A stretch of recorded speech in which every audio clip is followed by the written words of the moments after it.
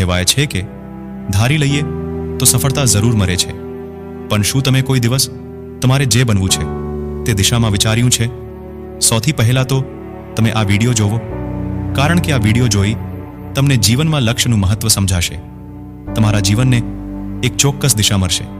આ વિડીયોમાં જેઠાલાલની આંખો પર પટ્ટી બાંધેલી છે અને તેમને સીડીઓથી નીચે ઉતરવાનું હોય છે, પણ આંખો પર તો પટ્ટી છે જેથી જેઠાલાલ તે સીડીઓ લક્ષ્યને જોઈ શકતા નથી.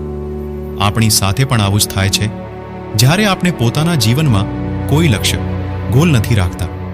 આ પરિસ્થિતિને એક વ્યસ્ત રસ્તા સાથે સમજો.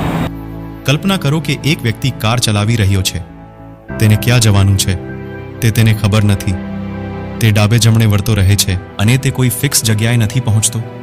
એક દિવસ તે રસ્તાની બાજુમાં કાર રોકે છે અને નકશો જોયા પછી નક્કી કરે છે કે તે આ જગ્યા એ જવા માંગે છે. હવે તે સીધી અને ચોક્કસ દિશામાં ચાલે છે અને વહેલી અને સરળ રીતે તેની ધારેલી જગ્યા એ પહોંચી જાય છે. આમ આપણને ખબર પડે છે કે જો આપણે ધારી લઈએ તો સફળતા જરૂર મળે છે. પણ શું તમને કોઈ પણ કામને કે લક્ષ્યને મેળવવા માટેની ટેકનિક, જેને આપણે ચોક્કસ તારાની ચોક્કસ ચાવી કહી શકીએ, તે ખબર છે?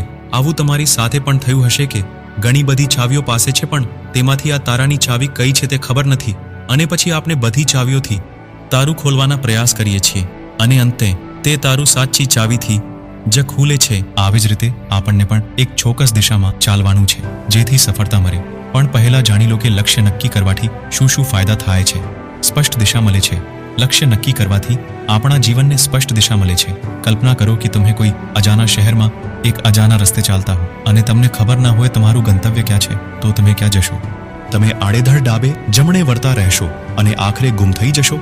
લક્ષ્ય નક્કી કરવું એટલે કે તમારે ક્યાં જવું છે અને કેવી રીતે જવું છે તે નક્કી કરવું. આના વિના તમે તમારું જીવનમાં કોઈ ચોક્કસ દિશા વગર ડાબે જમણે વળતા રહેશો. લક્ષ્ય નક્કી કરવાથી તમે તમારી શક્તિઓ અને સમય ક્યાં વાપરશો તે સ્પષ્ટ થાય છે. તમે તમારો દરરોજનો દિન, દરેક મિનિટ એ દિશામાં લગાડશો જે તમને તમારા લક્ષ્ય તરફ લઈ જાય.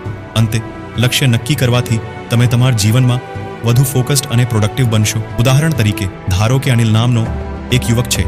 અનિલનું લક્ષ્ય છે કે તે એક સફળ બ્લોગર બને.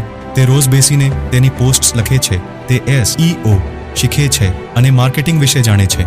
જો અનિલને કોઈ લક્ષ્ય ન હોત તો કદાચ તે દિવસભર કાં તો ટીવી જોતો હોત અથવા ટાઈમ પાસ કરવા માટે બીજી ઘણી બધી બાબતો કરી શકતો. પણ તેના લક્ષ્યના કારણે તે રોજની કિંમતી મિનિટો એના લિખાણમાં અને એના બ્લોગના ઉછારવામાં લગાડે છે. આ રીતે અનિલને સ્પષ્ટ દિશા મળે છે અને તે તેની સફળતા તરફ આગળ વધે છે.